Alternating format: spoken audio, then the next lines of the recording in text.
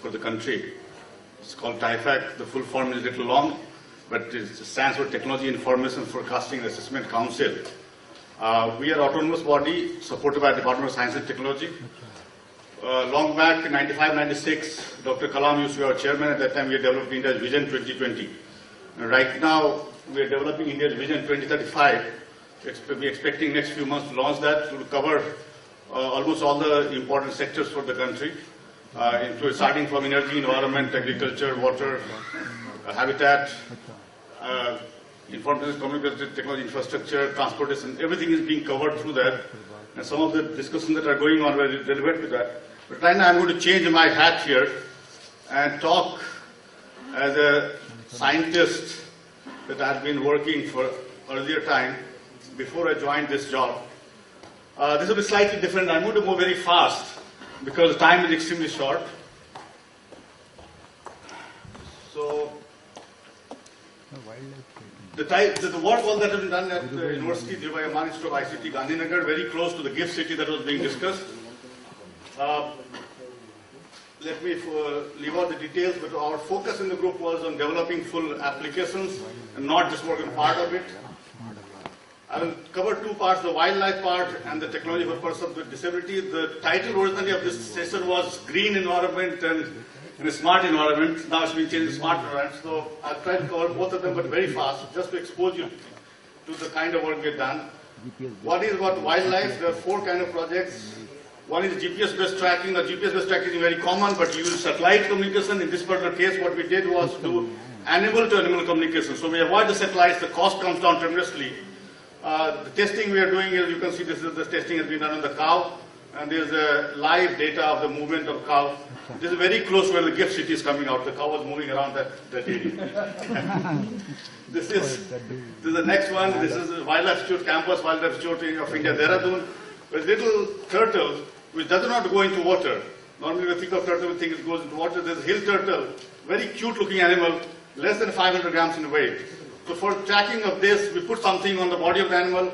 We set up a grid of sensing systems which picks up the location through that. So this is to track that animal. But each of these cases not only track the animal's movement, but also track the microclimate, the activity it is doing. In this particular case, if we go into hibernation, we also know what's going inside. The third one is for monitoring the tiger movement. The tiger has a unique stripe, so we capture the tiger movement in the dark. As it happens, I will leave out the details. Here, we ran into many problems, but finally, we could see in the zoo, we tried this out. And so that the tiger moves in the forest, the data is being transmitted continuously to the researchers. Otherwise, they had to always go and pick up the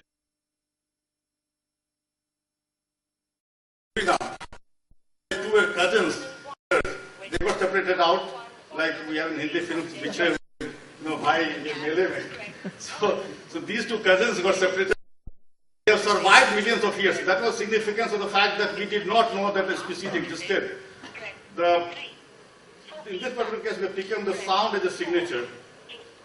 This is another one that I just mentioned, not to talk about. This is to monitor the marine environment. This was the Indo-Australian project that we did not finally take it up. But to monitor coral reef to give us an idea about global warming. This is a project we're doing for the moon mission of India, where we're trying to find out water on the moon by dropping sensors inside the dark craters of the moon at temperatures minus 200 degrees centigrade. It forms a network inside and sends the data. It's the shortest life sensor network because it's not going to last for more than half an hour. Normally we talk of long life network. This was the shortest life because it cannot survive the temperature minus 200 degrees centigrade. Before it dies, it has to give us the information. This is another one that we worked, which was to actually set up a specific sensor network. It's part of Chandrayaan 2 project, which is not gone, and to do many other things. Again, I'll leave out the details here. Let me come to the technology for person with disability. Here, actually, you can consider this a smart environment. Sometimes we completely miss this part out when we design our environment. So in this particular case, we looked at persons who could not move their fingers properly. They could not press a remote control button. How do they operate TV? So we started by using gesture of hand to operate TV. For example, the hand goes up, the TV channel goes up, channel goes down, volume goes down, volume goes up. We use hand gesture based on testing at various places. we developed the system. There's one system, there's another system which is split into two parts to make it more flexible. Let me give out details. These are the people trying it out.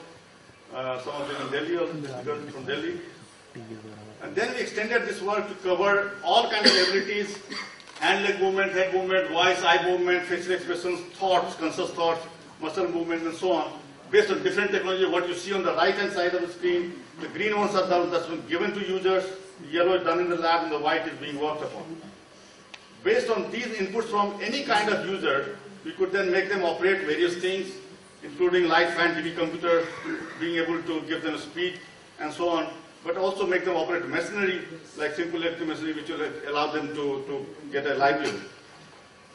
And in this series, we then use brain waves to capture the brain waves and operate things based on that. So in case they have no other means of doing this, so in fact, one very famous case was a gentleman, at the age of 32, he had a brainstem stroke. He lost his hand-leg movement, he lost his voice, could only communicate through blink of his eyes. I'm not able to show you the video because it's a PDF form. I did not have time for. This is a very short time we have. So this is actually he's operating with his head movement. We are tracking his movement. We are tracking his brain waves, and using his blink of eyes, we control the mouse click. Using his head movement, we control the mouse cursor, and he's able to operate the computer using this. In this particular case, he's controlling the environment using his eye blinks. Again, I'm not showing the video here. This is what he's written on his blog. I can type. After this, it's a long story here. There are many other people who have been using such systems. I'm going to leave out these details.